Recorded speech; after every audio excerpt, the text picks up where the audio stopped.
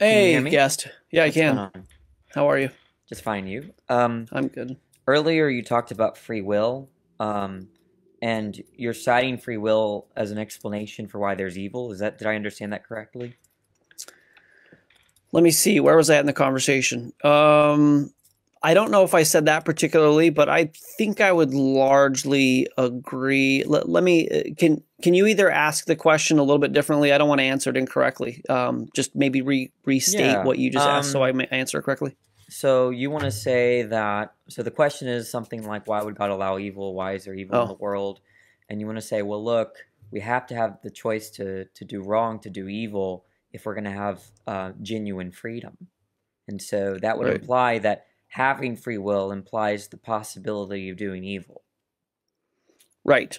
Is that correct? Yes. Thank you All for right. clarifying that. Yeah. So basically, I believe that if God didn't give us true free will, meaning the ability to make bad decisions and hurt people, I don't know how you would quantify evil, but like for example, somebody goes in and shoots up a whole crowd of people or whatever. Hmm. If God didn't allow the person the ability to do that, they wouldn't have free will, and largely, in particular, when it's human to human evil it was a byproduct of decision, somebody choosing to do a bad thing. So yes, I would agree with that. All right. So you're saying to have genuine or true free will, you have to have this ability to do wrong. Now, does God have true free will? Of course, Can he do wrong? Can he do evil? yes, You think God can do evil? Is God all good? yes. Does that mean that he cannot do wrong? Can God not do wrong? I guess it would be dependent on whose metric, and it's his. So no. Yeah. So, but to have true freedom, as you're saying it, you have to Hmm. have the ability to do evil. Right, and he does. He has the ability to do evil. But you just said that God cannot do wrong. He can't do evil. No, so let's. This is a good discussion. So the first thing is, it is remarkable that the Creator that we are entirely subject to is a just God. Because if He weren't a just God, there's nothing we could do about it. People are mad. Atheists are mad at God. You could just be stuck in a pit full of eels all day, every day, because God's like, I like to do that. Da da da. God is just. Okay, so the decisions that He makes and the things that He does are correct. They're the correct thing. Yeah, So, that's not. I'm saying that what that means is that God can't do evil. He can't will something that he shouldn't will, right? If you think God is all just, all good, he can't make those kind of decisions, which means that you define genuine freedom as having that ability to do evil, having the ability to choose to do evil, which means that God does not have genuine freedom. no, see that. I mean, I think maybe you've had this discussion before, and so you think you have me on something. But God could do evil if He wanted to. God, if He wasn't good, He could do evil things. What is an example to you of what this evil, arbitrary thing is that God is going to do? It doesn't matter. The point It is does that matter because you have a subjective interpretation of what evil no, is, I and if don't. I'm It's agreeing it's to an this, internal critique, right? It's not an external critique. okay, what would be the evil thing that God would do? I need to Well, know this to be able to give I you already a. said, right? Do you know what the difference between an internal and external critique is? I don't. I mean, Okay, I'm sure. so I'm sure I understand the legit the mechanism. If you want to go ahead and elaborate. I think you do know what it is. It's just we don't you don't probably use the phrase like when you criticize whether Star Wars makes sense. That's an internal critique. Obviously, Star Wars is false, but you can see whether all the concepts or the claims in the story cohere with together, right? So Okay. as when I'm giving the logical problem of evil, I'm doing the same thing. I'm operating within the Christian worldview to understand whether the concepts and the truths that are the truth claims all mesh together, right? So the problem that I'm seeing is that if Christianity is true, okay, you're saying that there's this thing called genuine freedom, which means that you have to have this ability to sin or to do evil or to do wrong in order to have that genuine freedom. But under Christianity, God is all just, He is all good. He cannot will something that is evil intentionally. He can't do evil, right? So that means that Not right. I you don't have to understand why you keep saying that. He could absolutely be evil. He is good, because he's just, but he could do absolutely despicable, horrible things. What is the most evil thing you can think of? Flood the earth, kill everybody. He can do what you would No, I'm not constitute as talking evil. about all of that could be good. I'm not, because it's an internal critique. I'm not here saying that the Noah's flood was evil. That would be an external critique. I'm giving an internal critique, right? The point is that on Christianity, evil is just that which you should not do, right? That's all it means, okay? I mean, I would even accept that definition, but the point is that can God choose to do something he should not do? Okay, maybe I'm starting to get closer to understanding this. Can God choose to do the thing? So in God's mind, he goes, man, if I did that, that is evil. So I shouldn't do that. But the fact that he thought to himself that he could and he has to not do it because he's just is some sort of logical problem. There in itself is not the logical problem. It's defining free will as having the ability to choose to do something you should not do. Given that God is all good, he can't make a decision to do something he should not do, given his all goodness, his perfect nature. The idea of a perfect nature excludes the choices of doing evil. Okay. So just to be 100% clear, we're not talking about anything related to humankind free will. This is literally a God free will problem. That's all we're trying to quantify. I don't know if that was like a thought experiment. So we're literally deciding if God can be good and have free will. Under your definition of freedom. Because personally, now, if you want my view, I think there's nothing wrong with saying that you can have free will and not have the ability to do evil. I don't think there's anything wrong with that. But there's only a problem if you're defining free will as having the ability to do wrong, because then God just doesn't have that, because he can't do wrong given his perfect nature. See, I'm first off legitimately understanding this, not understanding, enjoying this discussion, because it's very rare that, and this isn't to like slight anybody else I talk to, but where the guest is putting my brain into a place that it's not normally functioning and really challenging it. So I ask for mercy to really make sure that I can get to where you're at with this so I can give you an intellectually honest answer. And I feel like that was the closest I could get to it with it. So you keep saying something, the word about God being perfect or something, and I asked you to define evil, and I guess I would ask you to define perfect. Because to me, it's pretty basic. It's that God has unlimited resources, unlimited ability to do whatever he would want to do, and in his goodness, he chooses to do the right thing. To me, this seems like the logical and it seems like the answer to the question, but it's not. So, how do you quantify that God is this perfect thing? What does that mean? I feel like in order to really answer this, I need to know what evil is and what perfect is, because this is really I think what's going on is that you're very used to talking to people that give external critique. So, someone that gives an external critique is saying something like flooding the earth, killing everybody on earth through a flood is just morally wrong, and so God is immoral. That's an external critique, right? But I'm trying to understand. So here's what you have available. You can define your terms any way you want, right?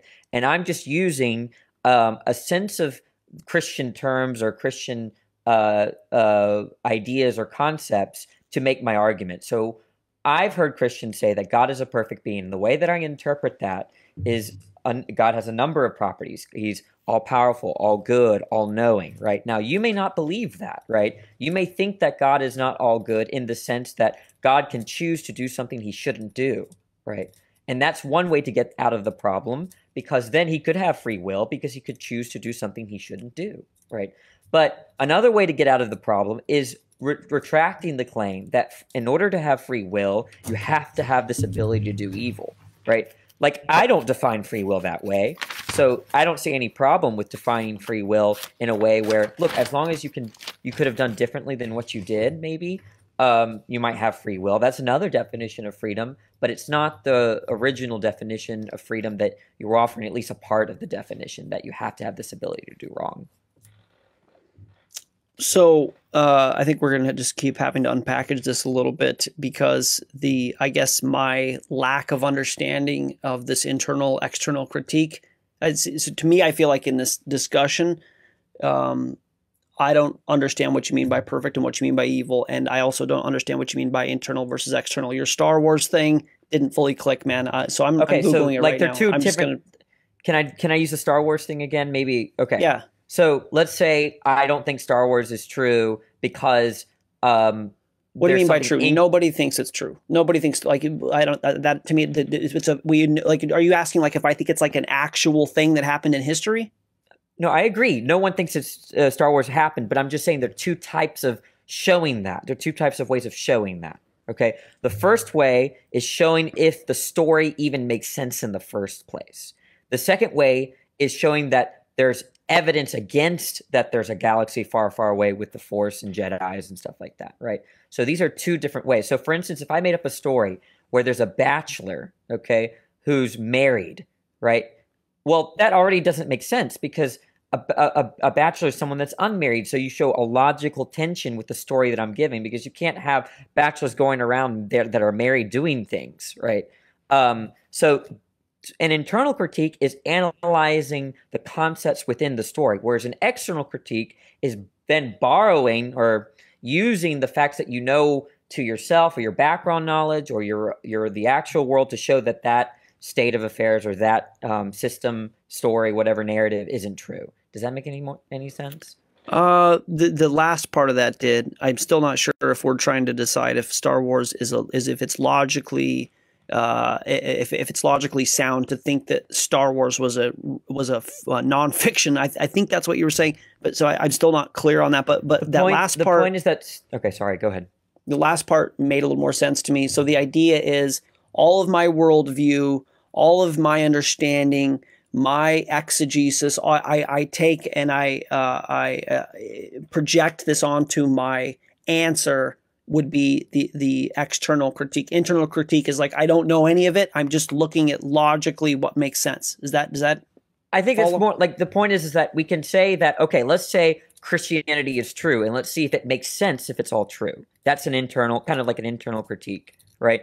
But an external critique is, hey, look, based on what I know or based on what I believe, there that you don't necessarily have to accept. It's false, right? So yeah, there's a different. I guess an internal critique is, does this story make sense, right? Versus an external critique is, look, here's evidence against that story. That story could be coherent, it could be incoherent. Doesn't matter. There's still evidence against it. Okay. I think that's the idea. So just the definition, an internal critique questions the validity of the logical steps that animate the paper's thesis. So literally removing types, outside knowledge, anything a priori, just eliminating that and just looking at literally the logical validity. The logical validity. Just that narrative. Okay. You're looking to see if that, in other words, you're looking at whatever, I'm going to look at your system of belief and see if all the puzzle pieces fit, right? Right. That's kind of what I'm doing. So when I say evil, I'm using your sense of evil, not mine. When I say Jesus, I'm using your sense of Jesus, not mine, right? And so on and so forth. And I'm seeing if all the puzzle pieces come together. And so the two puzzle pieces that I'm seeing on your view that don't mesh is, one puzzle piece says that in order to have freedom, you have to have the choice to do wrong or evil or what you shouldn't do. But then there's another puzzle piece where God is perfect. God is all good. And so that seems to suggest now this is where I'm kind of assuming your view, and you can correct me, but that assumes that God can't choose to do something he shouldn't do. But also you think that God isn't just a robot, he has free will. Incorrect. So these actually these said the opposite pieces, of that. You said the opposite. I think that God I thought I was clear when I answered the first time. I think God can absolutely do the wrong thing, can do evil. He has the potential, what this evil thing would be. I think that he chooses not to because he is just. I mean, you could maybe think about it like this. I'm a 45-year-old man. I've got a 7-year-old. My son is like a clone of me, and I was most of my life kind of a shitty person. And when I was a kid, I came from a broken home, so I was a pathological liar. I was opportunistic. I, over time, began to realize that being a shitty person catches up with you. And so I made a behavior modification. This started, I used to sneak around and I never paid for a movie. I never paid for a concert. I was slick. I'd slide around the guards. I'd, sneak in the back door. And then this one fateful evening, I went to a Third Eye Blind concert and I had $40 in my wallet. And it was literally the $40 that I had to my name. I had 40 literal dollars. And somebody outside of the venue said, I got a ticket for $40. And this is like the year 2000 or 99. So it was a lot of money back then. And I'm like, I'm not going to give you this $40 for this ticket because I need it to buy McDonald's later and gas or whatever. So I said no, and I snuck in the back door. And a little while later, one of the ladies that was out there smoking saw me sneak in, saw me casing the joint, grabbed me by my ear, took me to the authorities and arrested me. And thankfully, my aunt at the time was a police officer, and she made a call and she got me out of it. He's a good kid. His mom's, terminally ill, whatever, let him go. So they let me go. Mm-hmm. I learned through that experience that being a shitty person, I could have given the $40. And if I would have given the $40, I would have seen the concert. And to this day, I regret it. Because you think I give a shit about the $40? Now, I wish I saw the concert, but I didn't. And I could have gotten arrested. All kind of bad things could have happened. That was one of many different things in my life where I learned to not do the thing that I wanted to do that felt good, that I thought worked. Now, I'm a 45-year-old man, an infinite, limited perception man, but in the thought experiment of what you're talking about, and I don't believe this, but imagine that God, having been God for a long time, learned that it was good to be a good God and to not, to sneak in the back door. Just a thought experiment, but this is to quantify. God could do the bad thing.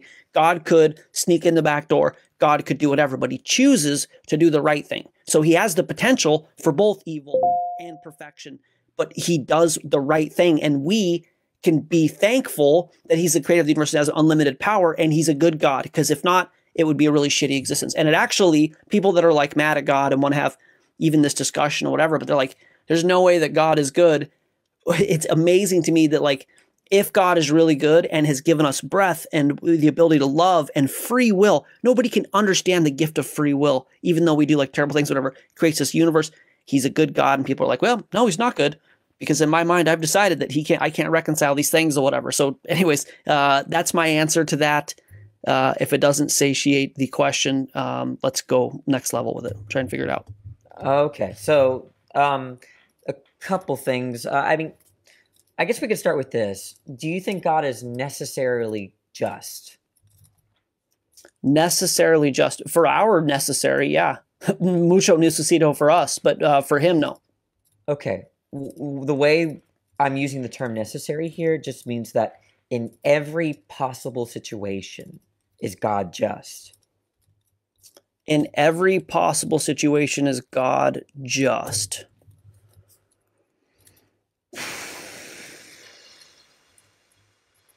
I mean, I think the hard thing about this is what is the standard and who's the judge? From my perspective, I might not feel like it was just that he did the thing. Like, I used to speed around and get speeding tickets, and I remember going, God, why am I getting speeding tickets? He's like, 'cause you're an asshole and you just keep speeding around. Stop speeding. So I didn't feel like he was just at that time. So I would say, by definition, since he's the judge, yeah, it's probably just. But we would maybe not feel like it's just from our limited perspective. Okay, I get that, but it's one question about what our standards are in applying to God, but really, I want to take the most relevant standard within Christianity, which is God's standards, right? Since God's character is fair, just, loyal, good, or honest, whatever. The point is that those virtues, we want to understand them in terms of God. Presumably, you think morality is objective, and it's only objective or real because it's grounded in God. So morality and goodness, on your view, is grounded in God. Surely you don't believe, under your view, that it's grounded in you or me, right? I'm just presuming, right? I've talked to a lot of Christians. This is what they say.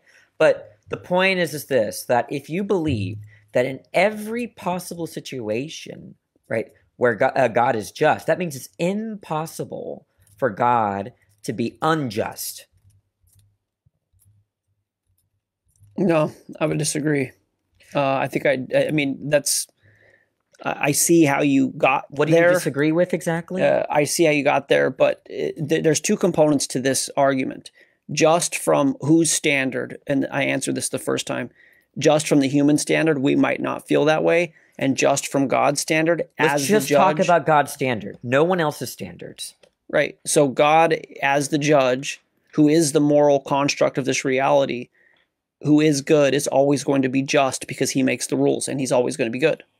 So then that comes with the belief that God is necessarily just, which means that there's no situation where God is unjust. Now, what that means logically, what it means to say that there's no possibility of X means that X is impossible. Those are synonymous phrases.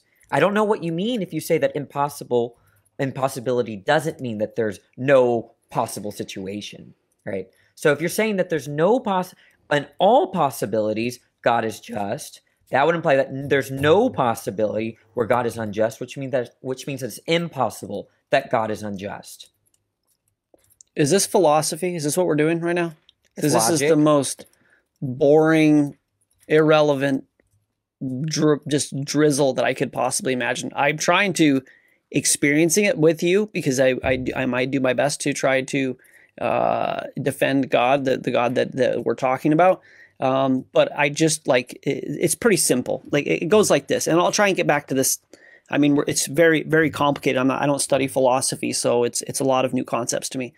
But what I hear you doing is a very finite-minded young man who has very little life experience, very little aggregated wisdom. I'm just playing not interested in all this. of I mean, these. if you're not interested in the argument, I'll just leave. You can also leave. I give a shit. No, whatever. No, I'm that's fine with staying. I want to stay if you're interested in the argument. But if you just want to talk about meta conversation, I'll just leave. Well, I don't know how much longer I want to have exactly this conversation because it's not like enriching my life at all. Do you want to have this conversation about God and free will and God being necessarily just or good? If you don't want to have that conversation, I will leave. I have no problem with that. I don't want to bore you, right? I'm here to entertain myself and to entertain you and learn, right, from conversing with you. If you're not interested in that, I'll leave. Okay. And you can leave at any point. It's an open door. That's not what I'm saying. I'm not saying that I can leave. I'm saying if I bore you and you want me to leave, I'll leave. If you're not interested in the conversation, I'll leave. Are you interested in the conversation? I want to be. Okay, so you're not. I don't want to bore you. Have a great day. All right, bye. So I was going to